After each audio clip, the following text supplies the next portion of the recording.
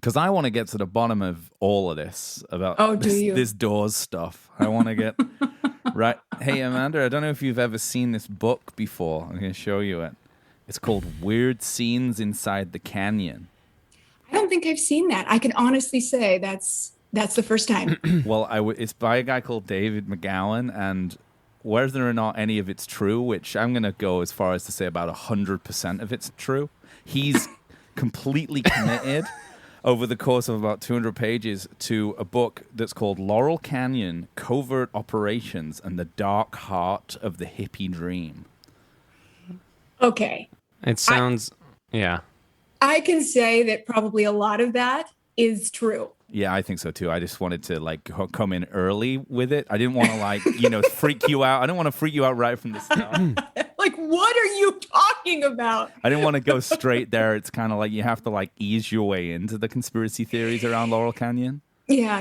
No. You can jump right in with me. I live about a mile away, so... Let's talk about that. Where are you? Because I spent a lot of time in Laurel Canyon. Oh, yeah? Yeah. Okay, I was up on Lookout Mountain. Ah, you were right in the heart of it then. The dark heart of it. The dark heart of it. Yeah. My gosh. So then, okay. So these stories that you're reading might hit home. I'm in Beverly Hills right now, but I lived on the Strip for about 8 years. So I lived right across the street from the old Tower Records building, which is now like, I think, a historic landmark. Yes. But was not too far from Laurel Canyon because, as you know, you could literally just drive straight down and you were at the Strip. Did you ever go to Pache? I go to Pache all the time. Oh yeah, absolutely. Yeah, but you know what's wrong with Pache? It's right in the heart of it. If you love the whole Laurel Canyon lore and the scene and everything, I mean, you are the epitome of it is right there. Yeah, they don't serve hard alcohol. Yeah, that's true. It's only a wine and beer joint, isn't it? Yeah, they got to change that. It's pretty. That's pretty LA though, kind of in a way. You know, you can draw on the napkins and stuff with crayons in Pache. I know kids have a nice time there. Yeah. Yeah, and all budding artists have a chance to really express themselves. And Johnny, for you, just so you know, like Pache is actually underneath the Laurel Canyon store, which is like a place that certainly Jim would have gone to in his time because that place has been there forever. Oh, they all did. They all did. I mean, that's what he writes about. There's a store where the creatures meet, right? Tell me about it. He's talking about that store. Really? Yep, the Canyon Country stores. Yeah. Mm-hmm. Oh, okay. Because there's another Canyon, not the Canyon Country store, but there's another Canyon store over the Roadhouse Blues stuff, but that's in Topanga, and I think that's about the bar there, but I don't know Topanga very well at all. So Topanga's different. Topanga was like, so back in the 60s, you went to Laurel Canyon if you were cool and you were upcoming and you were a musician and you loved this collaborative, very communal lifestyle. You went to freaking Topanga Canyon if you wanted to get away from everybody. So that was Neil Young's jam. Yes. Yeah. So Laurel Canyon was more kind of if you were like from a military family like John Phillips, Jim Morrison, or Frank Zappa, you were kind of in on the PSYOP experiment kind of thing, the mind control stuff. Exactly. Yeah. But if you weren't, you would head to Topanga and just kind of cool off. There you go, and you're like, that's where the bunker was. Yeah, that's where the bunker was located. I think that's what you're getting at, right, James? What, Topanga? I'm just saying that like Laurel Canyon. Well, yeah, Jared Leto lives in the bunker in Laurel Canyon. He lives in the military base there, doesn't he? He bought it. Right. There's a huge military base there. But you guys just I think sorry. I just wanted to quickly jump in for a second here and just say, Amanda, it's very nice to meet you. Yeah, because I've never met you before. My name's Johnny. I know, it's very nice. My name's Johnny, and this is my friend James. And you're on Impossible Way of Life podcast. And I've kind of, we love your Instagram page. Frankly. And I've heard your podcast too and really enjoyed it. And I thought it would be fun to have you on strictly based on the fact that somehow, I don't know how it's happened, we have the only 2 classic rock podcasts on Earth. I don't know how it's happened. Some might say we're in direct competition. I like to think of it as a community, and we're all just trying to spread the good word, I agree. There are others out there. I do know that. Really? Now, I'm shocked to hear that. I'm shocked to hear that. I know. I know, because when I created mine, I was scouring the different sites, Spotify and Apple. I'm like, who's out there? Who do I have to contend with? Yeah, right. And then I decided I'm going to create my own thing. You guys created your own thing, so actually, let's just go back to the fact that there is no competition. Right, community, exactly. baby. That's what we're doing here. We were looking up some ones. There's a lot of Queen podcasts in England and stuff like that. There's about 50 Queen ones that are really, really big. So people have a lot to say about Freddie and the gang. Oh, I know they do. I just said that Jared Leto owns the military bunker in Laurel Canyon, which is a fact, actually. But you think that, like, when you get partied out in Laurel Canyon, because we were reading earlier on, actually, me and Johnny were talking about how Brian Wilson, and I didn't know this, there was a party house on Wonderland, which is obviously like a pretty dark scene anyway because of the murders. Yep. And apparently he went hanging out there in a house, and he was hanging out with, like, the vampires, like with Lennon and Nielsen and Keith Moon and stuff, which made me really sad because I was thinking Brian Wilson doesn't really have the mental fortitude or party ability to hang out with those guys because those guys kind of went really hard. Yeah, few do. I wouldn't want to. And I'm just thinking probably like that's like what you're saying essentially for our listeners who aren't kind of as aware of the landscape as you. Like in that kind of situation, you would go to Topanga to kind of cool off. Yeah. Neil Young probably was like, I don't want to sort of be at Mama Cass's anymore. I'm going to a different canyon. Yeah, well, that's exactly it. I think he wanted to be away from his bandmates and Crosby, Stills, and Nash. Yeah. I think. But yeah. Oh no, go ahead. I was going to say that I think also famously, this has been storied that Neil liked to get work done.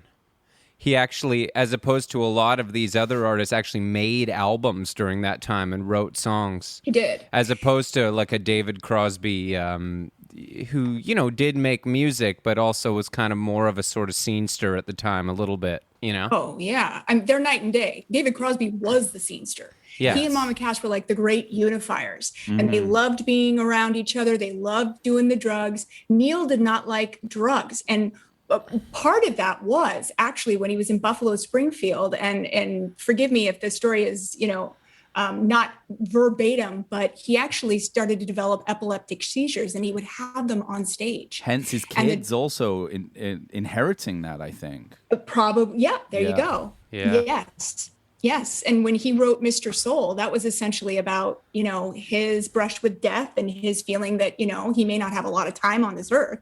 And the doctors basically said, stay away from psychedelic drugs. You're gonna have epileptic seizures, baby. Don't do those. That's why he just went straight for cocaine instead.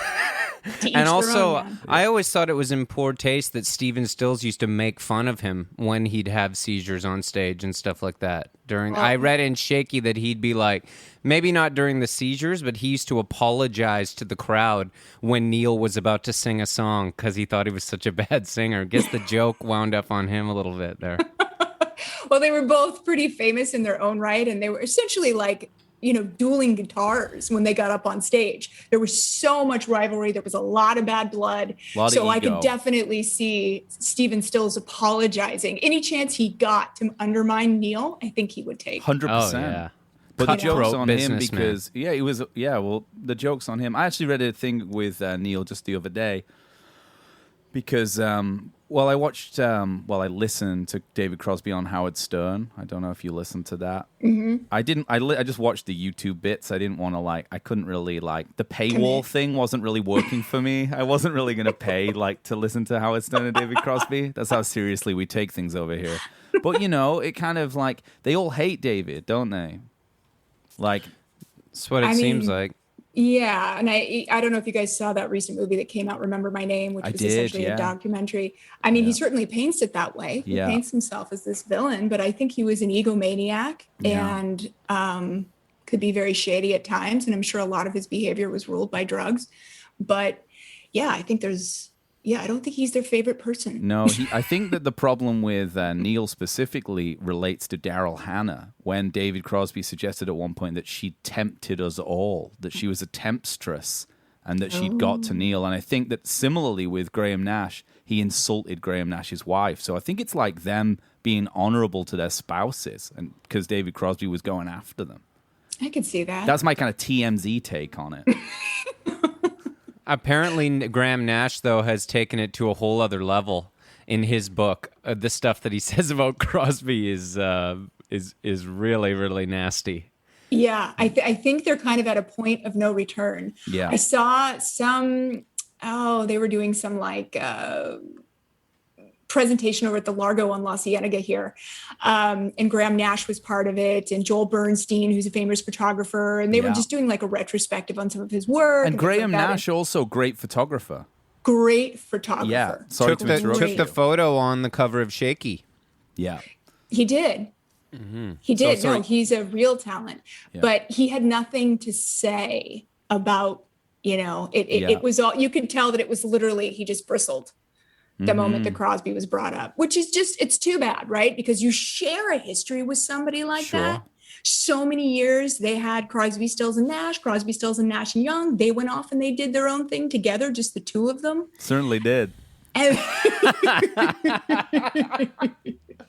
they were doing all kinds of things together, yeah. I mean, hey, I don't have details. Have you seen Blue Velvet? It's kind of a similar vibe to Dennis Hopper and Blue Velvet, I think. I think that it's hard to blame David for a lot of what went down, because when you're inhaling cocaine, vaporized cocaine through a gas mask, I think you're I don't know how you want to put it. You're kind of, you're slightly, you're not thinking straight is what I'm getting at. Potentially it could impair your thought process on a day-to-day basis. Well, he actually also said, David Crosby, that, Graham in that moment, after sort of 10 years of freebasing cocaine through a gas mask, had the mental fortitude and foresight to love him out of it. To kind of be like, I think you might have taken this a little bit too far. Taken it too far, yeah. Yeah. Mm-hmm. So he saved his life one time, and unfortunately, David couldn't just, I guess, be a civil friend, to Graham. And it's a shame, because we're not going to get any more music from those guys. But I tell you what, there's no problem, because he revealed on Howard Stern that there's 10,000 hours of video that are going to have to trawl through, which is great for people like us, because that means we'll always have content for our podcasts and Instagram accounts. The more of these 50th anniversary things they do, the better, as far as I'm concerned. And if there's one thing that I know the world needs, it's 10,000 hours of coked up Crosby, Stills, Nash and Young jamming. 100%. 100%.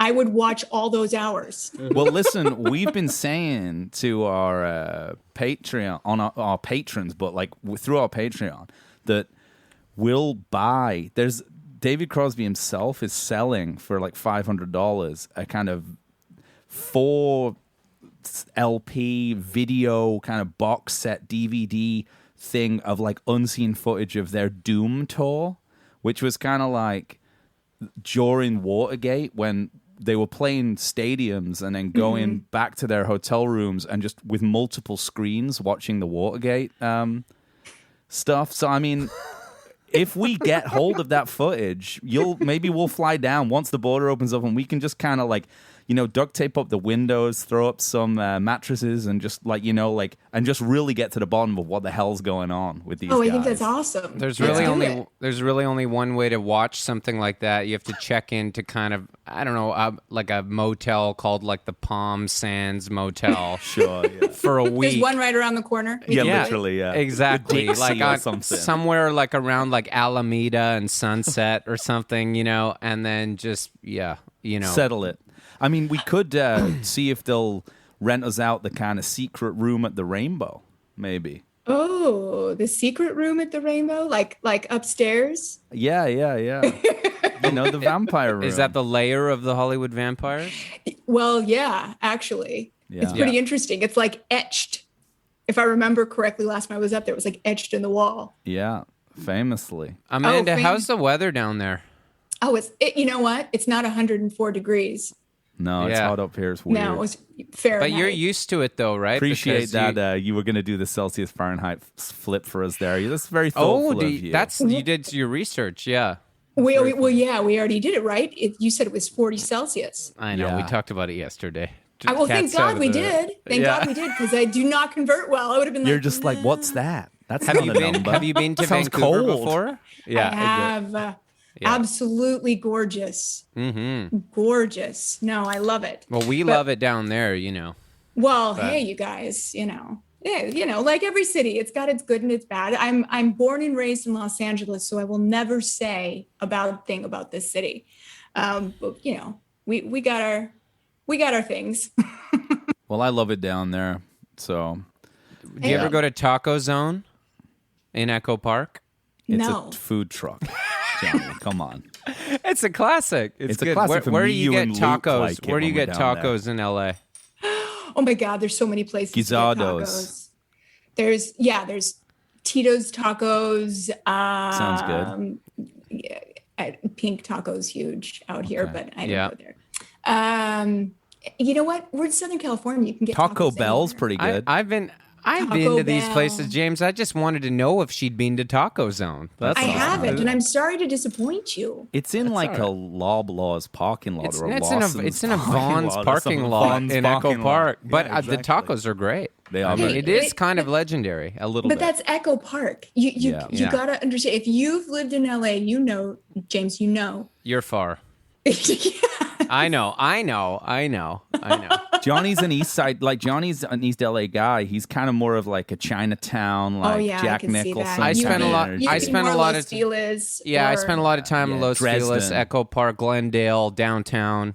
Yeah. And Fashion and then, district, But I that always kind of try to stuff. get in Fashion District, Spring Street. There, I stayed there for a while. Bunker I always Hill try to kinda get my energy. friends, though. I'm always like, well, we got to go to Dan Tana's and stuff, and we're in Echo Yeah. Park. Formosa, yeah, exactly. And then they're like, "Fuck, Johnny, we don't want to go to West Hollywood, you know." But then I always make them, and it is far. I know. it is. I'm because more of a you can kind only of take surface streets, and it's 2 hours. take Yeah. Fountain. Take Fountain, darling.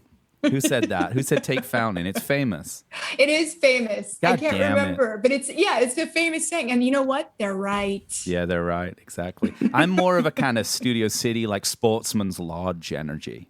Oh, I can see that about Yeah, you. that's more my vibe. Yeah. Good for you. Good for Yeah, you. I'm kind of like there. I like the Bevmo nearby, and and a Tender Greens. Well, then you got all your bases covered. Yeah, exactly. And there's Health a and Pete's alcohol. Coffee.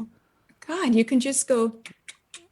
Yeah, it's just like exactly. I tried. That I tried sounds like to, the valley to me. I tried to pop I back saw in you there try for a and do that, second, Johnny. and it I was like so appreciated psychedelic when my visual was so messed up on there. It was like a Doors organ solo or something. There you go. That was a cool segue, Johnny. It's almost like you want to talk about the Doors. No, not actually. I've got some other stuff on the docket here, pre-Doors. What do you got? Oh, Well, I was still kind of interested in the strip talk. You know, I want to know. You know, is Johnny Depp the kind of like king of the strip still, or what? Because you know he had the Viper back in the 80s. back in This is the a Canadian- 90s. Back in the 90s. 93. 93. Stats But now over. he's kind of in the Hollywood vampires. You know what I mean? He's moved across the street to the Literally. rainbow, kind of. So it's kind of like, I think the perspective we get online is that up in Canada here is that Johnny is just ruling the strip because like he pays for a lot of advertising for that. But you're kind of the expert. That's not really true, huh? I don't know if I would call myself an expert, but I mean, look, if he or any celebrity, walked into any of these places, I'm sure he'd cause a commotion for sure. So true. But it's not like Johnny Depp, Yeah. That time has passed. But you know what? I mean, he will be forever associated with the Viper Room. Yeah. And, And River, of course. And when Yeah. River, every Halloween they still in have peace. flowers on the For River. ground dedicated to him. Was it Halloween Yeah. that he died? Halloween night? Wow, I didn't know that. It was like 2 a.m, so I think it was October 30th into October Yeah. 31st. Yeah. I read a thing the other day of Leo talking about how he passing ships in the night at a party earlier that night. Oh, And he'd always yeah. wanted to meet him. He was his hero. And then he sort of saw him on the stairs and then he was gone like a ghost. And then Yeah. he was gone. It's so sad. And then Leo kind of went kind of heavy method and just kind of lived out those bad dreams in movies such as Shutter Island. stuff like that. Jesus Christ. Well, let's be honest. Leo took all the roles River would have gotten. There's an element of truth to that, yeah. Could be true. Actually, I've never really thought about it like that, but both beautiful men, beautiful young Both men. beautiful. I saw Leo on the Strip a couple of times. I mean, back in the day. Nice. Oh, back in the day. Nice. Sure. When I say back in the day, 10 years ago. I mean, he was still looking pretty good 10 years ago, but as a young man, he was extremely beautiful. Oh, he most definitely was. Showstopper. Yeah, I mean, I showstopper. walked in and it was like, what was that? Yeah. Yeah. Famous member of the Pussy Posse. Yes. What is that? With What David is that? Blaine, Leo, weirdly the guy, Tobey Maguire, weirdly, doesn't kind They of make called it. themselves that? Yeah, It was like the unofficial name. yeah. Yeah. Yeah. So you say, that was in the past, Depp and all that, but could it be that the Strip itself is a little bit kind of in a place where there's not, or is it still happening, in your opinion? Well, look, it's hard because I lived there because I think I reveled in the nostalgia of everything that happened from the 60s to the 80s. Absolutely loved that. Totally. And it's still happening, but it's not the epicenter, nor has it been for a long time. No. And after the pandemic, I got to tell you guys, living taken a right hit. off the Strip and during the pandemic, heartbreaking. Sure. Heartbreaking. Seeing everything boarded up, whiskey was like, on the marquee was trying to direct everybody to the Rainbow to do takeout. Yeah. They were doing what they could to stay alive. And if you love the Strip the way I do, and I did, it brought tears to your eyes. No doubt. know? Great pizzas at the Rainbow for anyone So listening. good. Yeah. So good. And they So put I them on think those that's why they things, don't they? They survived. put them on those kind of high wheels, like, Oh, yeah. Yes. kind of make it. Every pizza place should do that. It makes more space for the They table. have good tacos too. There you go. I used to go down to L.A. when I was, 18, 19 a lot because I had a friend whose brother was in a big band called Lifehouse. Oh, yeah. You remember them? They had a song that went, I'm falling even more in love with you. Yes. Yes. Yeah. Kind of accident, like secretly Christian, maybe? Yeah, they didn't tell anyone they weren't Christian yeah. so that they could get all the Christian fans. And Nice. it was big. It was kind of still, it was like 99 to, something like that, 2001. And it was still kind of, he was a big deal. Like he'd go to the front of the line and say, I'm in Lifehouse, and we'd go into the club or whatever, It was really funny because That's I was nothing just a to kid. do with life. Isn't that also like a Pete Townsend concept record? Well, yeah, let's not get into that because Okay, yeah, everyone's sure. brain's going to explode then. All right. And no, but so he was, I didn't realize, you'll appreciate this, like, I didn't realize there was all this other cool stuff about LA, like all these places, because all he wanted to do, he was Canadian too, was hang out on the Strip in like 2000. So he would take us to the Rainbow, the Saddle Ranch, Oh, yeah. God, the no. Viper Room, and I was like, I Yeah. guess this is LA, and it's kind of weird energy, Oh my God! Did you So- ride the bull at the Saddle Ranch? No, Yeah, I'd but done that, everyone actually, was with my doing that, brother-in-law. I had a and really good time. I was like, "Hey, Bryce, like the beer's like $25 here." And he's like, "Don't worry about it." You know what I mean? And then we'll head over to the Viper after, and there was just like a Guns N' Roses Sleazy. tribute band playing.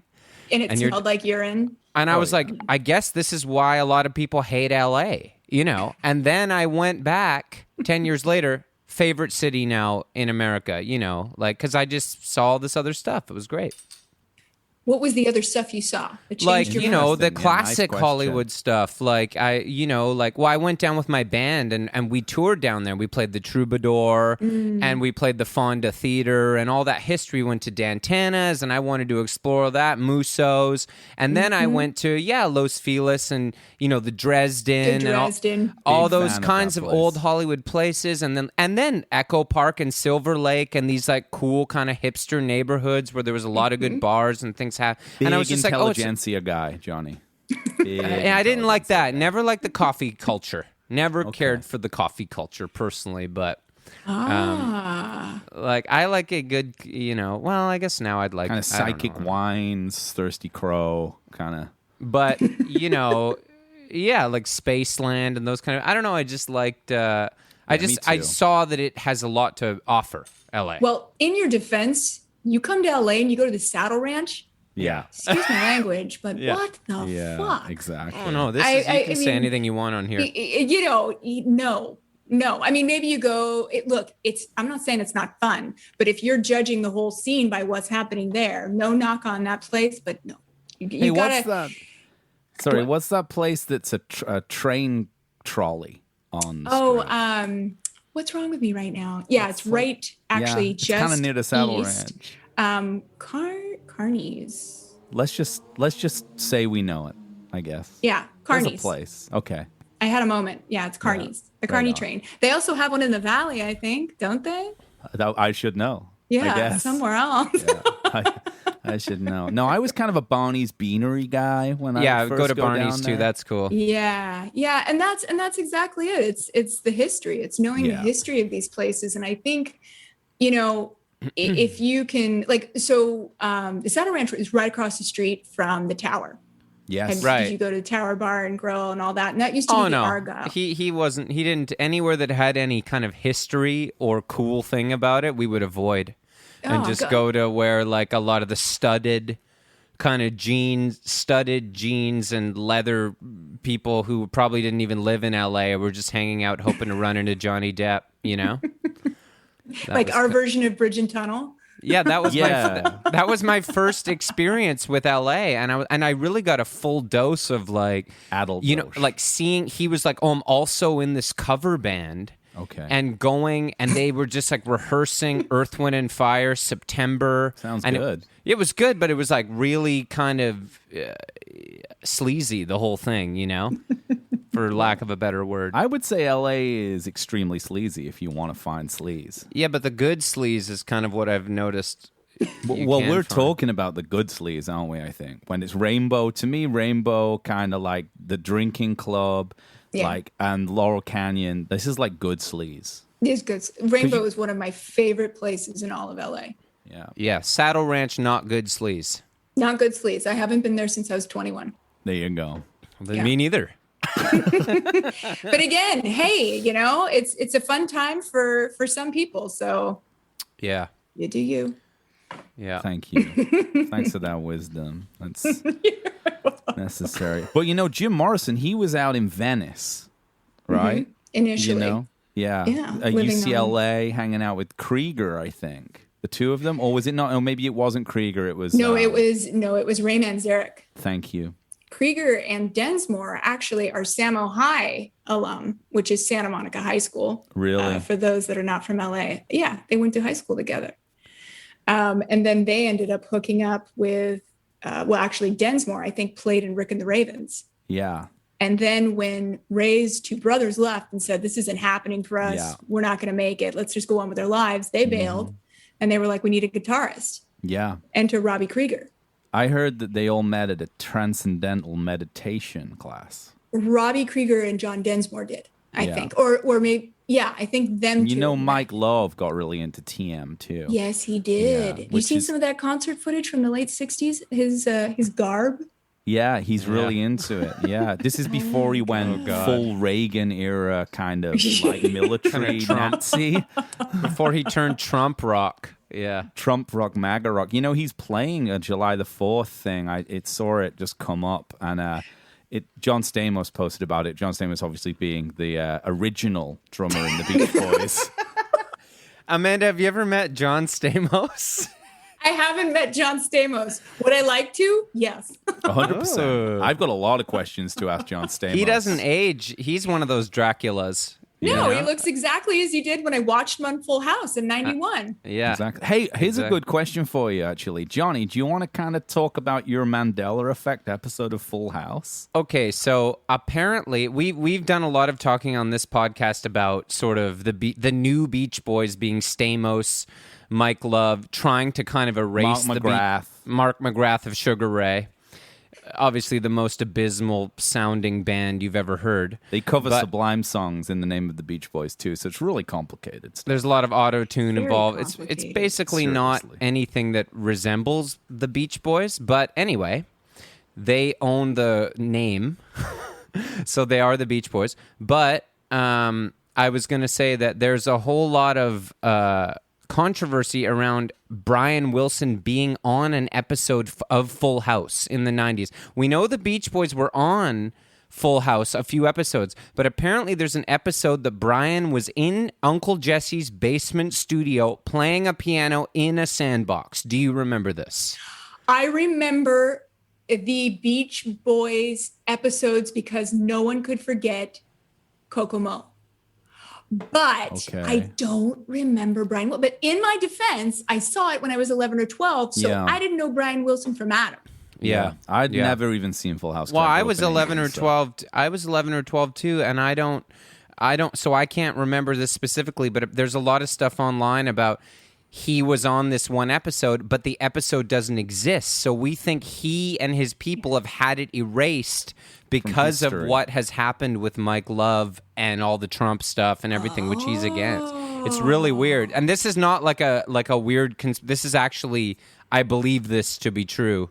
And I, also believe that You've also spent 3 minutes trying to find the episode on the internet. That's true too. Yeah. So you might need to spend 5.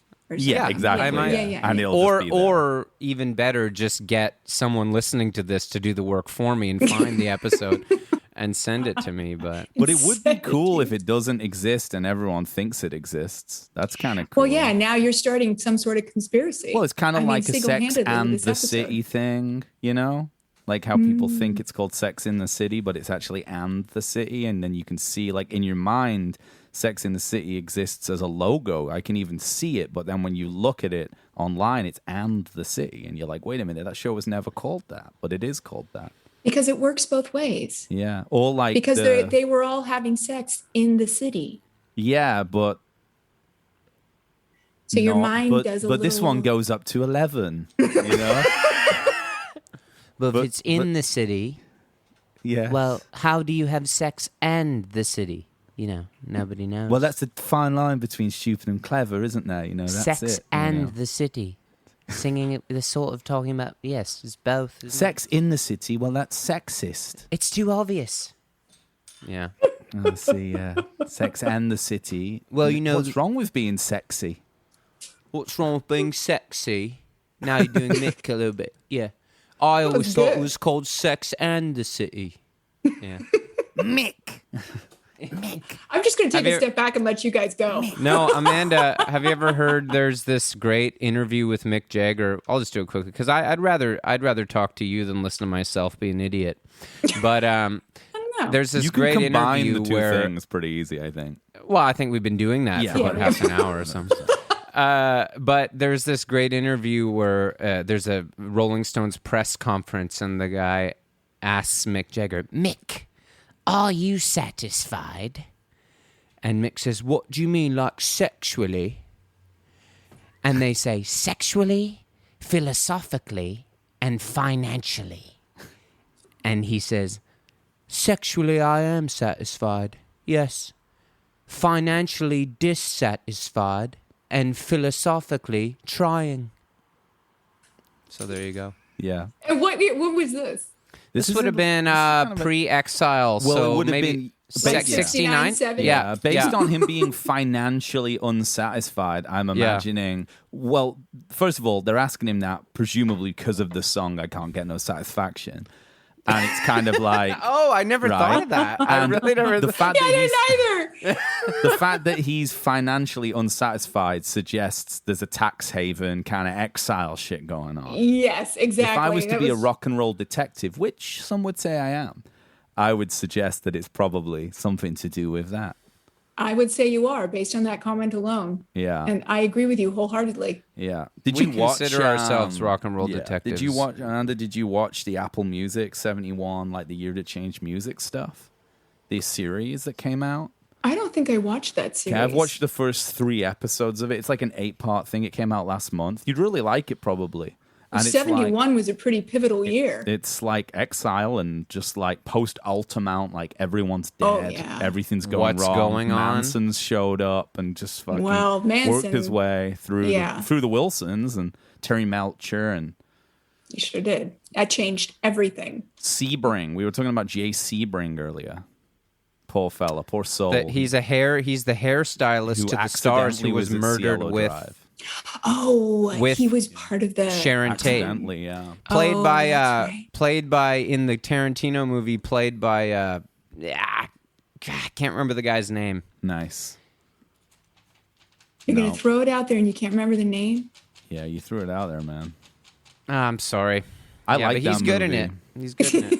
I He did a really good like job. that movie. It's a good I love movie. the movie. Yeah, The he's got a movie's hard great. name to remember. A lot of people had trouble with that movie because of the alternate ending. I thought it was You know? beautiful. Yeah, I liked And, it. Yeah, I don't think it could have ended the way it really ended. I cried about 6 times in that movie when Sharon Tate is watching herself on. I just thought it was. I thought it was beautiful. You know what? I thought it was a beautiful movie, and I'm not like always a fan either. So I was really into that movie. No, I loved the movie as well, and it Yeah. was very nostalgic. Some of it was true to form, but it's funny because you see all these vans, TMZ vans, Hollywood death tours, all this stuff, and they're all going by that house on Cielo Drive. Yeah, no doubt. Wow. And it's got a pretty macabre. In fact, that is the house that Trent Reznor, recorded Downward Spiral in. so dark. That's the darkest vibe. Like, as if you could have it's like. Yeah, like Yes. we want to really like access that pain to record He Downward used Spiral. Yeah. that house. I'm sorry. That is just that's just taking it too far a little bit to me. I don't think that's necessary. But it's true. It's in I its believe it. history. Yeah. I had a friend who worked on he worked on a Downward Spiral and then continued to work on like Manson stuff with Trent Reznor. I won't say his name, but I mean like Manson? You mean Marilyn Manson? Yeah. So Not trippy. Charles What- Manson, Marilyn Manson. Manson And, stuff. Yeah. Like yeah, Manson Cielo stuff, Drive like recordings. Cielo Drive, yeah. That's Yeah, kind of exactly. interesting, actually, that Marilyn Manson was signed by Trent Reznor and the name and everything. But yeah, I had a friend who worked with them, so he was like, I mean, anyone who I'm not going to say, but anyone who knows me probably can figure out who I mean. But he was like, he's a lot older than me. He's a really mild mannered guy, and I'd be like, come on, man, you got to tell me some stories. Like, it always sounds like a pretty dark scene. Like, he didn't tell me that, which is really dark, but he did once say, well, like one time I was like in Houston, like he was like, I was in Houston. Like with like Marilyn Manson, but he'd flown out because he was like sleeping with Jewel at the time or something. So he was like, this is when he'd like just got breast augmentation and stuff. He's like kind of really like kind of the core celeb of like, you know, music, I think at the time. He's like, I was there with Ministry and Trent Reznor and like the Bullet Boys were somehow staying at the same hotel. There's like kind of a Sunset Strip band. Is that who I mean? They're kind of like tough, like Nuff Z Nuff or something. Like one of those bands. I don't know Like them. kind of like really sleazy. Never like, heard of the Bullet really Boys in my life. sleazy, like B rank Guns N' Roses style bands. You know, like and they obviously were like feeling themselves, and he's with all these like industrial goths, and they like were partying downstairs together, and at the same time they went and found all the hotel furniture in the lobbies and all the rooms and like put it all in this band's hotel room, so to the point that you couldn't even open the door like to this room. Then all took ecstasy, got a plane and flew into Florida to Tallahassee to go hammerhead shark fishing high on E. So this is the kind of people we're dealing with. Yeah, this is the kind of people we're dealing with, the Cielo Drive set. You know, people who kind of like want in on that kind of energy. Like, let's Makes take sense. ecstasy and go fish hammerhead sharks right now. Okay, let's do it. That's Sounds like a bad time to me. Like a really bad time. shitty day. Yeah, No. really. Like in that heat, you know? Like, And then you jump in. It's like, oh, let's cool off with sharks. yeah, you can't. I mean, you're And not like you were jumping, probably high when you had the idea, and then you like jumped on a private jet and got down there, and you're not even, and then you're just in the boat in the heat trying to Can you kill a imagine shark. that? No, I don't want to. That It's sounds kind of like horrible. Brian Wilson on Wonderland in a dark room. I being know. made to do I don't drugs with wanna the be Hollywood there. vampires. It sounds bad. I like to have a good time, but I don't want to be at either of those parties. I No, just don't. I'm kind of like a 10 p.m. I'm at the Troubadour 10 p.m. front bar, Jackson Brown, hanging out with him. It's fine. I'm like, hey, guys, I'm going home. You guys, they're not even there. Exactly. yet. Brandy Alexander at the Formosa with Harry, talk a little music. You know what I mean? Hey, I'm heading over to Wonderland to the blackout party room. Say hi to Ringo. I'll At see you John later. Phillips' house with Mackenzie. Oh, and we're no, just stop, all gonna- stop it, No, stop it. I'm not. I didn't say anything. Amanda, I saw a photo online recently that you were at Ringo Starr's concert, the All-Star Band. We were creeping on your Instagram. I was trying to see what you were up to lately, and I saw a photo. Yeah. Yeah. Well, I don't, you know what? I don't post a lot of personal stuff. Like a lot of people don't even know what I look like. For sure. Well, I understand that feeling. Well, you're kind of like, you're a bit Insta famous. You know what I mean? So you want to retain your anonymity to some extent, you know? Well, I emphasize a bit Insta famous, but I just recently connected to my personal profile just so people wouldn't think that I'm like some crazy person, you know, or some sort of like, you ever seen, what was the Aerosmith 1980s music video where she's the sex, you call and you can talk. Love in an elevator? Is it Love in an Elevator? And she's talking and she's like one of those like 1-800 dial a babe things. And she's like 400 pounds in a muumuu ironing. Yeah. Respect dear. that. Great. You know, that was smart in the 80s. That was like kind of there's a clever idea. Yeah. A lot of people think that. Yeah, it was a clever idea, but. Yeah. But you went to Ringo's show. So yeah, I I went to Ringo's show. It was a while ago. I've been to a couple of his shows. I went to his birthday party a few years back at Capitol Records, which was insane. And about a year before that, I had gotten a private tour of Capitol Records to really fully understand what transpired, obviously, in those, Studio A, Studio B, and then around the whole perimeter. And I was blown away. So then to go back and it be Ringo's, at the time, it was his 77th birthday. So he did a full Peace and Love thing, right there on Vine. And it was incredible. And you walk in and you're like, holy shit, was that just Joe Walsh? Okay, wait, was that Jeff Joe Walsh Lynne? was there. Like, he plays with Ringo. He's in the All-Star How's Band. Joe Walsh doing? Well, he also played with Paul Allen from Microsoft. So I'm just asking, how's he doing? Like, how's he holding up? He looked like he was holding up just fine to me. Good. But remember, they're married to sisters. There you That's go. right. That's his brother-in-law, right? That's his brother-in-law. Nice. Yeah, that's right. Did you get to meet Ringo? I did. And I took a picture with him, myself and some girlfriends, because we have some, mutual connections. And it was fucking fantastic. That's so I don't even know what to say. Can I ask you this, even though I know the answer? Did he give the peace sign in the photo you took with him? 100% he did. He invented the peace sign? Did you know he invented the peace sign? Yes, he did. I read that somewhere. Maybe on our Instagram Wasn't he the one account, that first did that? Yeah, apparently. I think you might have read it on our Instagram profile. Well, I took it as fact. I mean, everything we say is fact. See, it's good that we have a facts person on here because we just kind of say things. But it's about time, hey, James, that we had someone who actually knew what they were talking about. Honestly, I'm excited. I'm actually really excited too. Yeah. No, I'm so happy. I'm making you excited. Well, I'm also thinking definitely. already. I'm thinking ahead here, and I don't know what your life's looking like over the next few months. But I'm thinking if you're gonna pop down. I'm thinking if you watched the first few episodes of the 1971 Year That Changed Music thing, you should come on and kind of recap them with us because we did the first 3 episodes already, and then we there's 8. So I mean, there's we got a lot to talk about. We got that means 5, 5 plus 3 is 8. 5 plus 3, isn't it? It's 5 plus 3. Yeah, Add it's one as more. simple as that.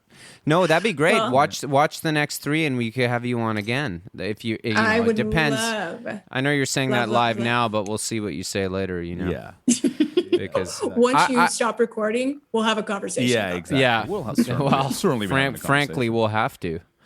Amanda, what do you think about the whole, poor old Jim? We all know what happened to him. But what do you think about the period? I don't want to say, I don't want to body shame him or anything, where he kind of got a little fat near the end and quite Peak drunk. Jim for me, that. And then, but he kind of famously did a lot of really bad shows. And He did. yeah, Well, I find that interesting. Yeah, like, why do you think, sorry, just to finish the question, why do you think that people turned on him so much? Because I actually think some of those performances seem kind of interesting, but people just weren't having it. Well, yeah, because he was a freaking mess a lot of the times. And, obviously they wanted to get their money's worth. And when you find your singer passed out halfway through the set, well, it's problematic. But what I think is, I am a huge fan of Jim. I'm a huge fan of everything he did. But if you read the books on him, he was a bit of a lost soul. He did not like authority. His father was high up. He was a naval commander, I believe. Yeah, his father actually started the Vietnam War. In the You're Gulf right. of No, Tonkin. that's true. That's true. That's true. That's actually true. Yeah. Yeah, he was actually, there were some very famous moments from a military standpoint or, historic standpoint Certainly. from World War II into Vietnam that I think Well, his he was father there. He was witnessed the bombing of Pearl Harbor, his dad, Yes. too. Yes, Rear he did. Admiral Morrison. Yeah. Kind of Yeah. a So that backdoor was man his- himself, I guess. Thinking about it. Rear Admiral. Kind of a similar vibe, I guess. Sorry. that's- Anyway. Okay. Sorry. Sorry about Right. So this is what I think about as his appearance. First of all, the drinking probably intensified because he got more and more famous and he could not cope with that lifestyle. I don't think he wanted that lifestyle. He didn't want that lifestyle. And if you see his appearance change, it wasn't just in terms of him gaining weight. He even changed his dress. He got rid of those leather pants and anything that really identified him as a sex symbol, and he dressed it down. I mean, even the second album, When You're Days. Strange, and it has the carnies on the front and everything. He wanted that. The record label wanted him on the cover. They're like, no, you are our selling point. And he really resisted all of that. He could not handle it. His soul could not handle it. Yeah, I mean, So they it's really kind tragic. of, they kind of like, I was reading about Waiting for the Sun as well, which is a third record, and there was some issues, tension because he wanted to like put a 17-minute song, Celebration of the Lizard, on it, which the record label at the time and producers thought wasn't commercial enough. So you can see there's a tension there. But yeah, I think his best work, LA Woman, I mean, I know we're like, quote unquote, talking about our kind of grounding point is the Doors' first record, even though we're probably going to talk about it for 2 minutes. But and that's how things go over here. But actually, LA Woman's the best record, I think. So I think he did his best work as Me too. once he kind of stepped out of Mr. Mojo Rising, I feel like he did his best work. Although that being said, when I was younger, this record was my favorite by a long shot. So it could be to do with me just kind of changing. Mr. Changeling. Yeah, it's like it's the Changeling. For the me, I Changeling. have to say it actually became my favorite record. The Doors' first record, LP? The Doors' first album wasn't necessarily, it didn't do too much for me. Everybody loves Light My Fire and this and that, Sure. and from a commercial standpoint. Yeah. And it was overplayed to me, even as a young kid, so I can imagine what was happening in, 1967. Yeah.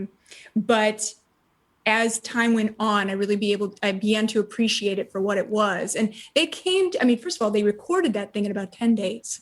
Yeah. They had all these songs. I think Sunset they came Sound, with like 30. I think. Sunset Sound. Yep.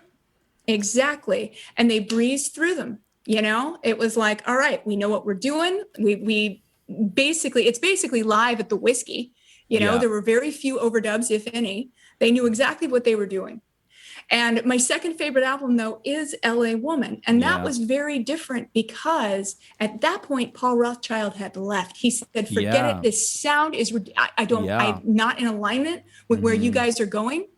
And this comes back to the whole authority thing that Jim had a big problem with. Paul Rothchild to him was Dad. authority. Daddy issues, yeah. Yeah, exactly.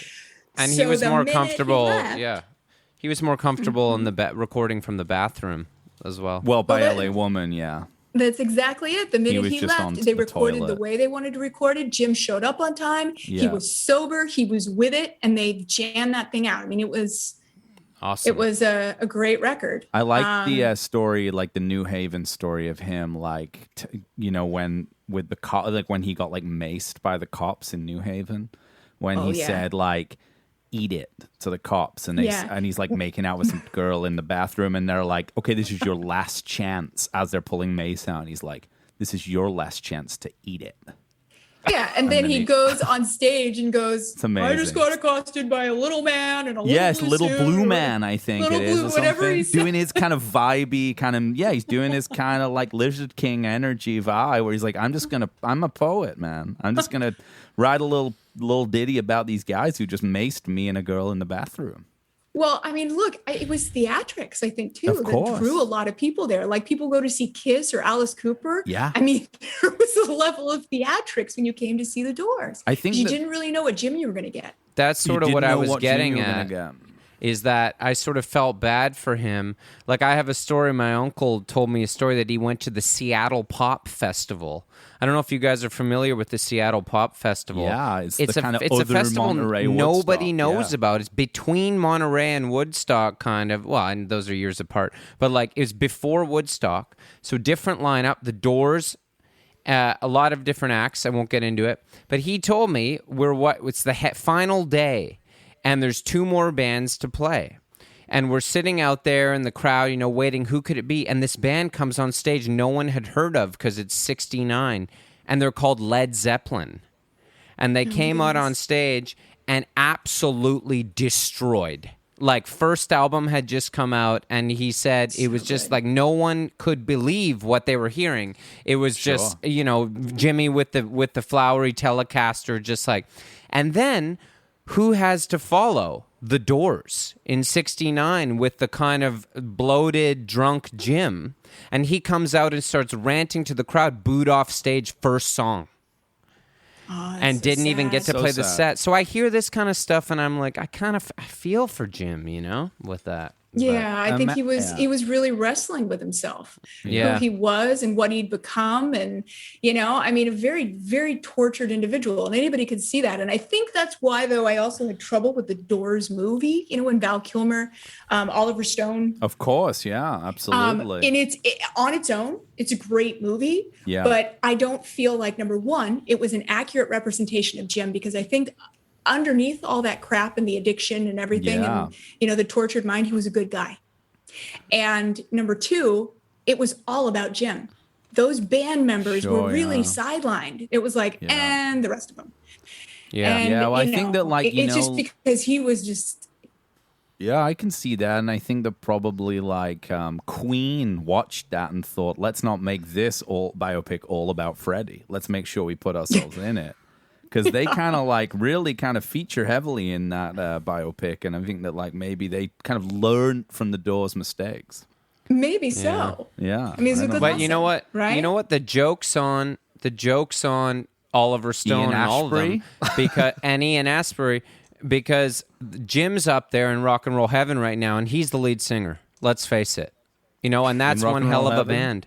That's a hell of I mean, a that's band. something to talk about. Amanda, I got one thing I have to say here, and this is just kind of going back to what Johnny was saying. Something that, Amanda, you'll know very well, but Johnny, this actually shocked me, and can I just shock you? When we talk about Monterey Pop Festival and Woodstock, kind of because we think of them as being like really far apart. Yeah. And then also, I'm just going to, this always stuns me, so I'm just going to set this up because I need to get the dates absolutely right. Monterey, 67. Yeah, okay. Monterey, 67, June. Woodstock, August 69. I mean, you know this. And then the end of it all, Altamount. December 1969. It's 2 months after Woodstock. It's crazy to me. You think of Yeah. it as being like, because of how much was going on, you think of it as this like huge amount of time. Like when I growing up watching Woodstock, and like you'd be like, this is so crazy, it's so cool, man. And then it's like literally like watching Altamont feels like the end of it all, and it's just 2 months later. Yeah, but you have to remember what else was happening. I mean, the Manson murders happened shortly after that. Yeah. And when I say shortly, I believe it was like weeks. Yeah. So Janice, Jimmy, it Jim. was. Oh no, I'm sorry, not Otis. right Otis. before that. It was right before that. It was August 1969 as well. So you have Woodstock, and you have the Manson murders, and then you have Altamont. And what happens at Altamont? Someone dies. Yeah. You have Hell's Angels coming in. Hey, I tell you, in the Apple, sorry to interrupt you, the Apple 1971 series, they have some, obviously because it's Apple, they can pay for all of this shit and figure it out. They have like crazy footage of Altamont that I never seen. It's very harrowing actually, like really footage of the sort of murder itself, like, you know, like, and or just the reactions of people who were there, and it really kind of like, it was pretty far out that they have that footage, that this stuff I've never seen before. Yeah, it is. Yeah, super you see, heartbreaking. like, you know, the Stones stop their set. Mick Jagger's talking to the crowd. You see Grace Slick talking to the crowd. I mean, they're scared. They're scared. I think that's one of the enduring images. I mean, and this is me being kind of like a glass half empty kind of guy. Like the footage of the Stones, like getting into their helicopter and being like, fuck this, we're out. Is a very enduring image of that kind of time where it's like the dead innocence just showed lost. up and left, the dead dead just showed up and turned right back around. They turned right back around. You know, though, I mean, if you look at what was transpiring in history from 67 to 69 too, you know, I think back in 65, 66, the strip was really coming up, and these teenagers created this almost like the riots, this ecosystem as well. Well, there were the riots, but that was over, you know, LA wanting to build a financial district. Yeah, of course. Yeah. And so that was November 1966. And they wanted to build this financial district. And these kids were not having it. They did not want their coffee houses and their dance clubs being torn down. Right. So for what it's worth was written because of that. But then it became attributed to the Vietnam War. But I think what happened was that all the musicians that were living in Laurel Canyon and they were on the Sunset Strip began to realize that there were other things happening in the world. Yeah. And Vietnam was one of them. Of course. And the record companies started to realize, okay, folk rock is starting to kind of weave its way out. Yes. Psychedelic rock, protest rock, that's where the money is. The money, the big money. Mm-hmm. And that is kind of what happened after Monterey. Yeah. Very and those big bands got signed, so they became more mainstream. So you think like Woodstock's more like already the rot has started there a little bit, like the kind of innocence has already kind of disappeared, and it's like there's more awareness that this is something like there's a movement that we can kind of cash in on here. Oh yeah, yeah. There was definite. I mean. Guys like Lou Adler were very smart a few years earlier in understanding. The eminence grise of the kind of the whole scene, Lou Adler, Mm-hmm. Yeah, they knew what they were doing. And, you know, and these stars, you know, started to feel very strongly about what was happening. And they were all of the age where they knew that at any moment they could potentially be sent out. Plus, they were totally. millionaires as children at this point, like as young adults, and on mountains of like mind-bending drugs too. So it must have been like a really like strange place to be, like a really paranoid place to be in. I think of it like kind of called up.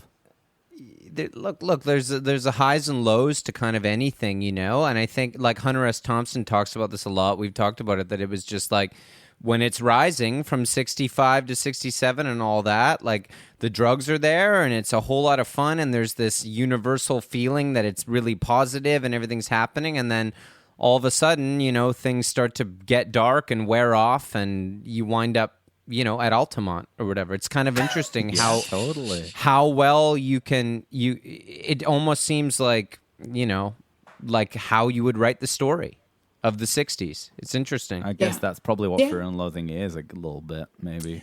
Oh, 100%. Well, he hated it. He hated once 1970 hit. Hunter was like, it's all over. This is it.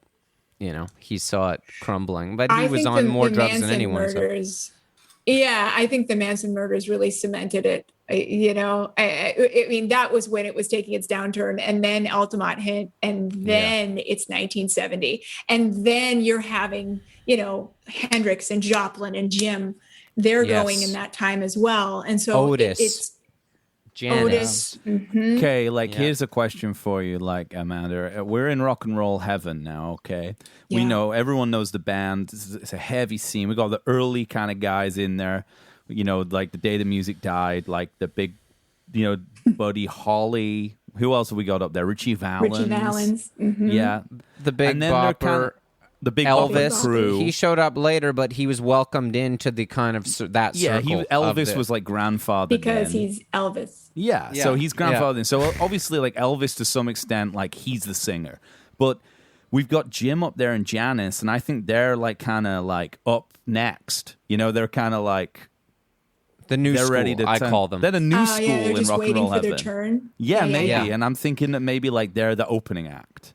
But soon to be the main act. Yeah. Well, I maybe. think there's two separate. Personally, I think there's two separate venues going on, and you got the old school guys playing their show, and they're threatened by this new school. You got Jimmy and Janis and Jim kind of doing some psychedelic crazy stuff, and they're welcoming their sort of kind of crowd, and then all the kids are heading over to the cool spot to watch. Okay, it's cool kind of spot. like that makes sense. So you got like it's kind of like maybe like a Pandora's and a whiskey a go kind of scene going on. You got like the Big Bopper guys playing like Ciro's. More like Vegas. Yeah, more like Ciro's. Vegas. They're at Ciro's, so they're at Ciro's, or they're kind of a at Ciro's, Caesar's Palace kind of thing. Okay, you're thinking like it's more of a kind of golden nugget vibe. Exactly, that kind of thing. And then, the Bellagio kind of vibe, very classy. And then you got the kind of Bellagio, whiskey. okay. Yeah. That makes I so think much sense. That's very accurate. And then you've got like the rainbow, like people just kind of waiting in the wings, like Bowie and Glenn Fry, maybe. Glenn Fry's probably there. Nice. David Cassidy, maybe. David Cassidy. Wow, I like this. Is a weird band. This is a really weird. Yeah. Listen, Glenn Fry, David Bowie, and David I just Cassidy. felt like I want. mixing a few genres. I love They it. were all producing? 70s. Spectre's in hell, so he can't produce. Spectre's in rock and roll hell, so he's not able to. They've got a decent kind of crew down there too. But yeah, no, they David got a good crew down there. I know what you mean, though.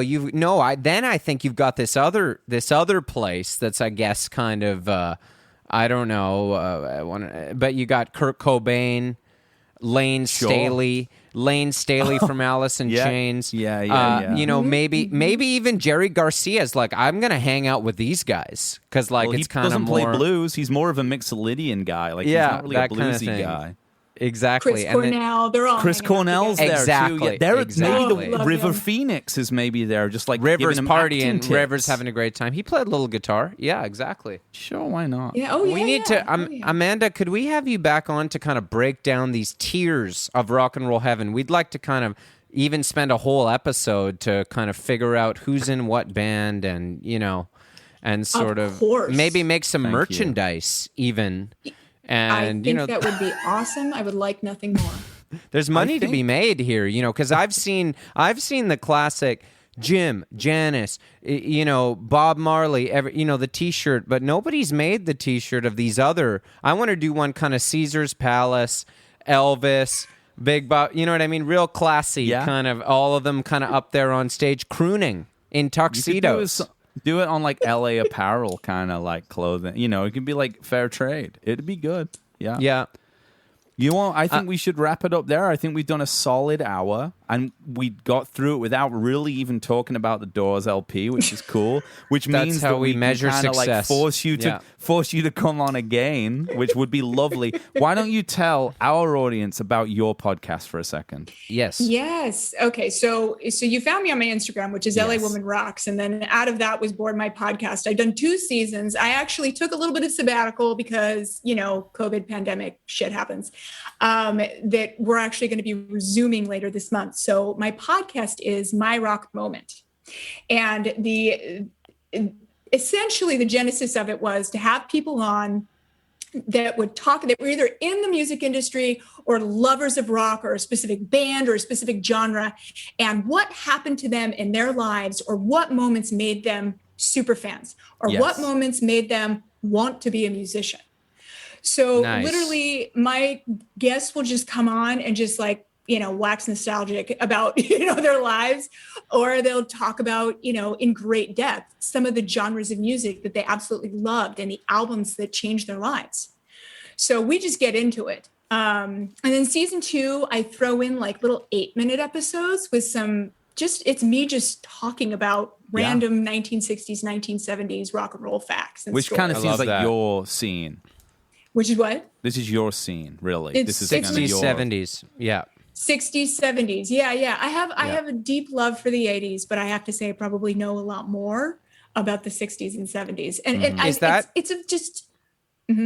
May I ask, is that just purely based on growing up, like your parents playing music, and then you just like gravitated to that music and never went away from it? Because that's James and my thing as well, I'm sure. But yeah.